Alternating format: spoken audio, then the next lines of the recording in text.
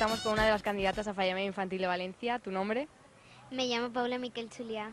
¿Y a qué falla y sector perteneces? Pertenezco a la falla Ingeniero José Sirera Pío 9 y del sector Creu Coberta. ¿Y cuántos años eres fallera?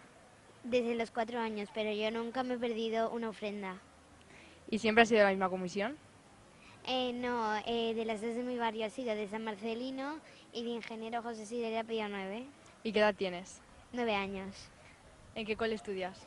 San Marcelino, ¿Y en qué curso estás? en cuarto. ¿Cómo te sentiste cuando escuchaste tu nombre en la fonteta? Pues yo no me lo esperaba para nada. Me puse la mano en la boca porque yo no me lo esperaba para nada. Y súper emocionante y súper divertido. ¿Y después cómo lo celebraste? En mi casal. Y cuando llegamos al casal me mantearon y no paraba de reírme. ¿Y ahora cómo te sientes? ¿Ya te lo crees? Más o menos. ¿Cómo crees que debe ser una buena Falla Media Infantil de Valencia? Pues debe de ser súper súper divertida, amable, que haga las amigas fácilmente y que sea muy fallera, ¿Y tú por qué crees que deberías de serlo? porque soy todas esas cosas.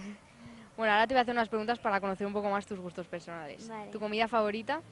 La paella y el allipebre. ¿Una película que te guste mucho? Piratas del Caribe. ¿Un cantante o grupo? Fangoria. ¿Una canción? Fiesta en el infierno. ¿Playa o montaña? Playa. ¿Un color? Morado. ¿Chuches o petardos? Las dos. ¿Qué acto fallero te gusta más? Bueno, me gustan todos, pero la ofrenda y la presentación. Y para finalizar, ¿qué esperas de este año? Pasármelo súper bien y divertirme un montón.